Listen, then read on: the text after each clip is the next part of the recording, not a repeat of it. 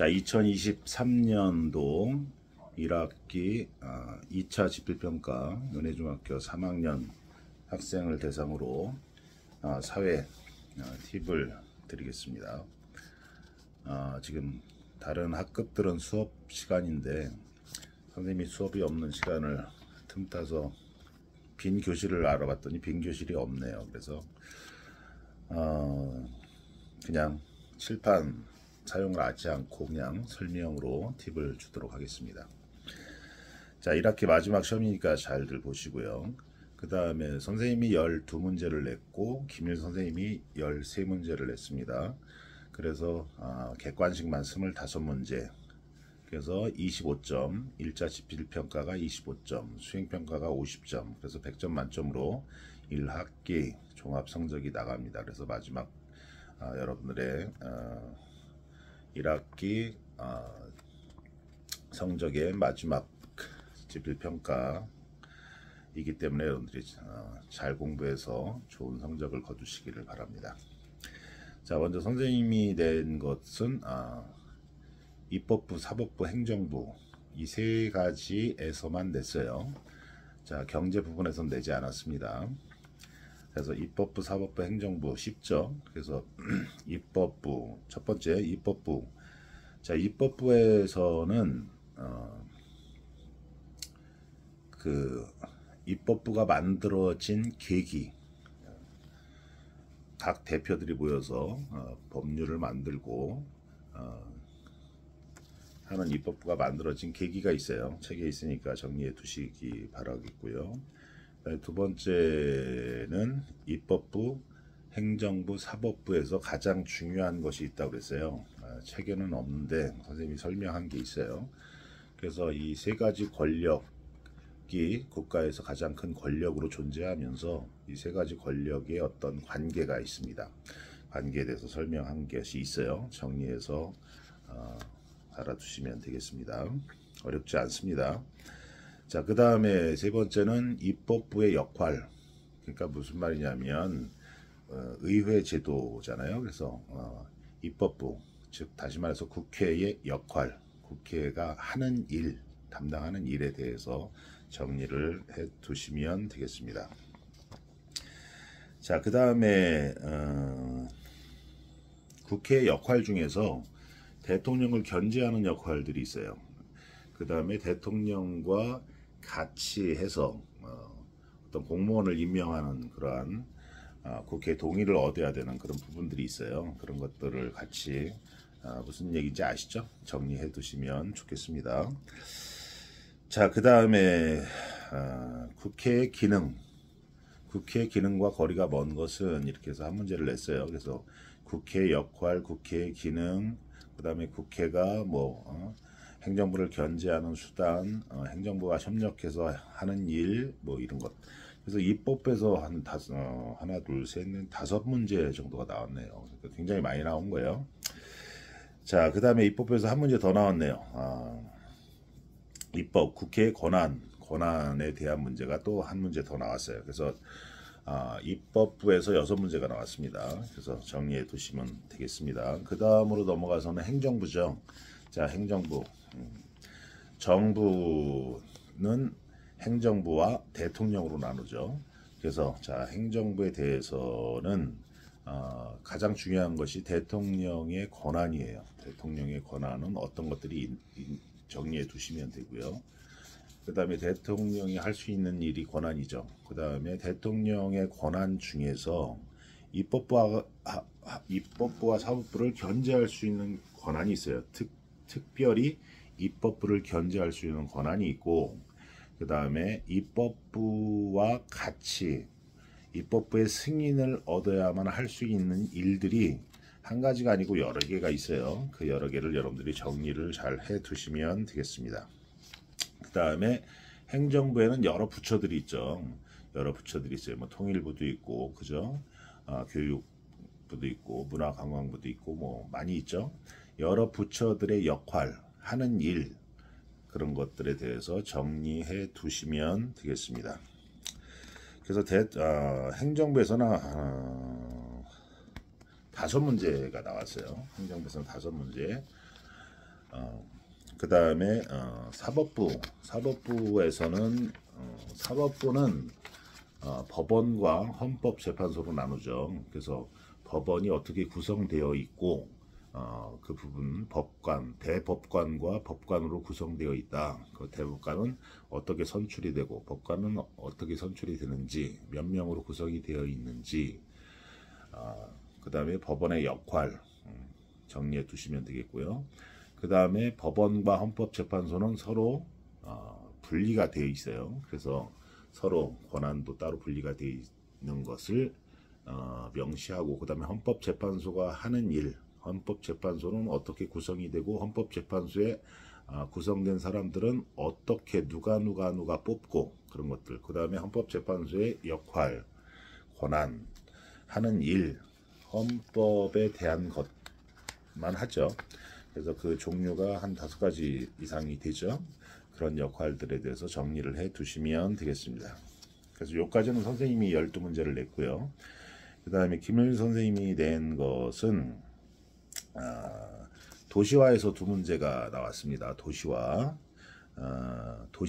도시화의 문제점, 도시화가 진행되려면 나중에 문제점이 있어요. 그래서 그 박스의 글을 보고 박스의 글이 도시화에 어떤 문제점을 얘기하는 것이냐, 이런 문제는 굉장히 쉽습니다. 왜 그러냐면 그 박스 내용을 잘 보시면 돼요. 박스의 내용이 무엇을 얘기하고 있는지 다 나와 있어요. 그래서 여러분들이 고르시면 되겠고, 하나는 도시화 곡선이 있어요. 도시화 곡선이 있는데 A, B, C 뭐 이렇게 하고, A 단계는 어떤 단계고, B 단계는 어떤 단계고, C 단계는 어떤 단계이며, A 단계에 있는 나라들, B 단계에 있는 나라들, C 단계에 있는 나라들, 자 같이 정리해 두시면 될 것 같습니다. 그 다음에 도시화에서 한 문제가 더 나왔네요. 그죠? 한 문제가 더 나왔는데, 그것은 선진국과 개발도상국의 도시화의 차이점 비교해서 정리해 두시면 되겠습니다. 그 다음에 도시재생사업이라고 있어요. 도시재생사업, 도시를 다시 잘 살 수 있게 재생하는 사업, 그것이 무엇인지 정리를 해 두시면 되겠습니다. 도시를 다시 새롭게 바꾸는 거죠. 자, 그 다음에 농업 생산 방식. 자, 농업 생산 방식에 대해서 하나 나왔는데, 이것은 중학교 2학년 때 여러분들이 햄버거 커넥션 하면서 배웠던 내용 중에 하나예요.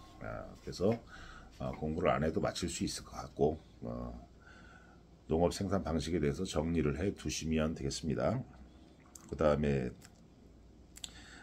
생산 공장이 지역에 들어서면 어떤 일이 벌어지는가.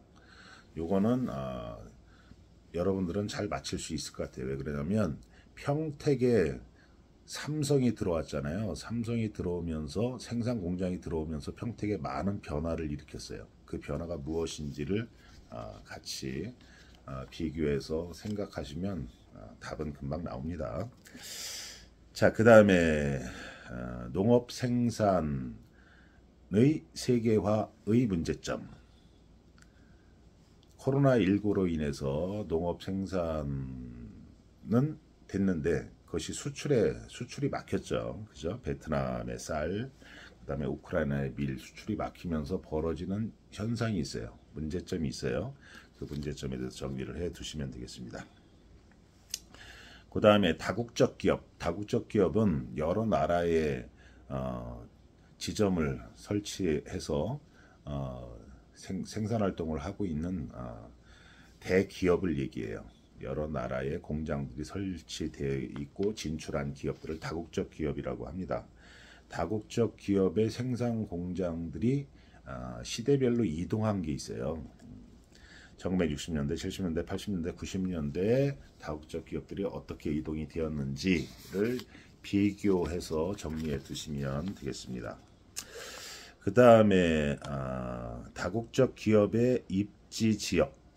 다국적 기업은 이런 데 입지하기가 좋다. 근데 입지 지역으로 지역에 대해서 어떤 곳에 입지하는 게 좋은지, 자 그런 거에 대해서 여러분들이 정리를 해 두시면 되겠어요. 그 다국적 기업은 본사가 있고 연구소가 있고, 그죠? 생산 공장, 원료 공급지, 뭐 판매 지점 이런 것들이 있잖아요. 그런 것들이 어느 곳에 입지하고 위치하면 좋은지 한껏 정리해 두시면 되겠습니다.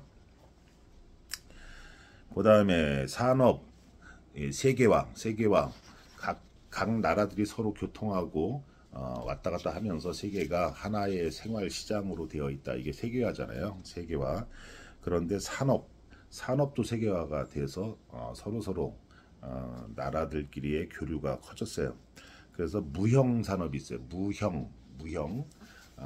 냉장고 그러면 형체가 있는 거잖아요. 무형, 형체가 없는 것들, 뭐 기술이라든지 서비스 여러 가지가 있겠죠. 그럼 무형 산업에 대한 문제가 하나가 나왔습니다. 책에 나오니까 정리해 두시면 되겠고요. 자, 그 다음에는 요새 우리가 어떤 물건을 살 때 전자상거래로 거래를 하는데 요즘에 많아진 게 해외 직구예요. 해외 직접 구매. 자, 전자상거래와 해외 직접 구매에 대한 문제가 하나 나왔어요. 자, 이건 여러분들이 그냥 요즘 생활하고 연결되어서 깊이 생각해 보면 맞힐 수 있을 것 같아요. 자, 해외 직접 구매의 어려움에 대해서 나온 시험 문제가 나온 것 같아요. 그래서 그 어려움을 어떻게 극복할 수 있을지 정리해 두시면 될 것 같습니다. 마지막 문제는 공정여행이에요. 공정여행은 뭐냐면 세계화가 되면서 많은 사람들이 다른 나라에 여행을 가는데 대기업들이 하고 있는 그런 여행사를 통해서 가요. 그 다음에 그럼 대기업한테 비용을 다 줘. 그러면 그 지역에 가가지고 우리가 환경오염도 시키고 시끄럽고 막 그런데 그 지역에 도움이 안 돼서 여행을 가면서 많은 갈등들이 일어나요. 그래서 공정무역이라고 하는 것은 내가 여행을 가면 그 지역에 도움이 될 수 있도록 하는 것이 공정무역이에요. 그래서 공정무역은 어떻게 해야 되는지에 대해서 정리해 두시면 되겠습니다. 이렇게 25문제가 나왔습니다. 자, 여러분한테 빨리 올려드리려고 교실에서 하지 않고 앉아서 이렇게 말로 다 정리를 했습니다. 지금 수업이 끝났네요.